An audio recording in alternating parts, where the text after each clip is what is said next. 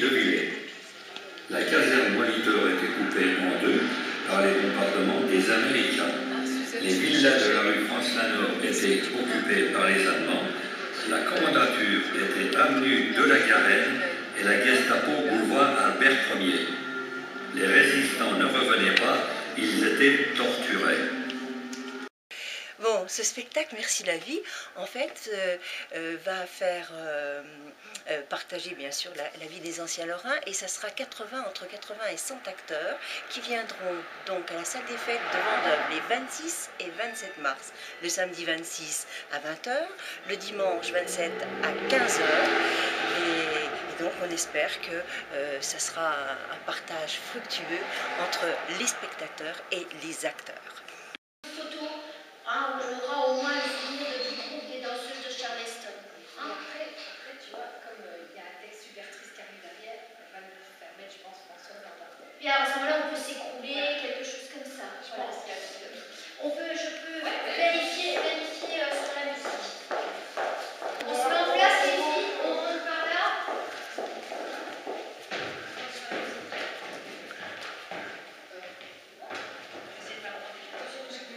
Le ton, pas de scène. Hein.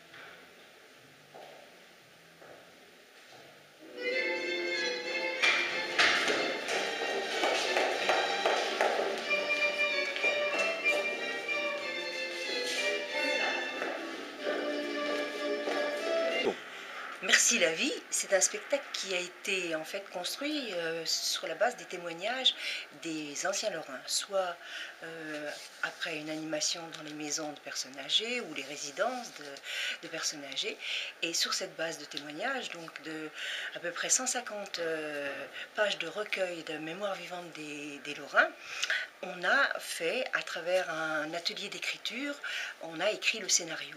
Ce scénario a été finalisé par la metteur en scène qui est Françoise Parmentier à l'aide de poèmes de Jean de Bruyne. Jean de Bruyne avait toujours été notre écrivain et notre personne qui écrivait les scénarios.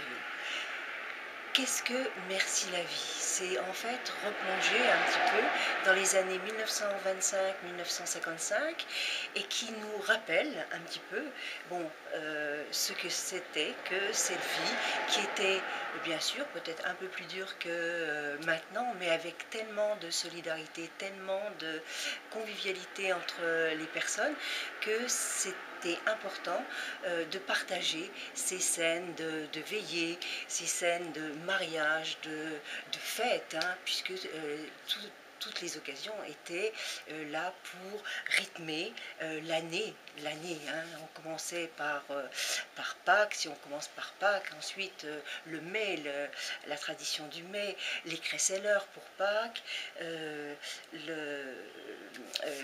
la Saint-Jean et la Saint-Jean. Ensuite, il y avait le 14 juillet, la fête patronale, et enfin, bien sûr, Saint-Nicolas, pour les Lorrains, c'était incontournable. Au poème, tu montes sur la deuxième marche de l'escalier, d'accord? Et on reste en scène. Et une fois que le Charleston aura terminé, c'est là que tout le monde sort à côté de vous. On est d'accord? Je vous demande aujourd'hui de tout retenir, parce qu'on n'aura plus après le temps de... Oui. Non. Vous arrêtez. Vous avez vu la première fois, vous arrêtez. D'accord, très bien. Corinne, en fait, je vois que vous ne faites plus qu'une seule fille. Vous ne faites plus, vous êtes sur 2 rangs. 3 rangs. En fait, on est en quinconce. On est en quinconce. Ouais, c'est dommage parce que là-bas, c'est très... Oui, non, mais là, on n'a pas de place, mais on va s'éloigner davantage. Ben, moi, j'aurais préféré que ce soit En une ligne, oui, parce que ça fait beaucoup plus d'effet. Et il ne faut pas reproduire, si tu veux, l'occupation de tout l'espace comme les autres danses. Voilà. Tu vois, il faut qu'à chaque fois, il y ait quelque chose qui fasse un effet surprise. Donc le Charleston fait vraiment un effet surprise. Alors au moins un sur 2. Donc c'est en ligne.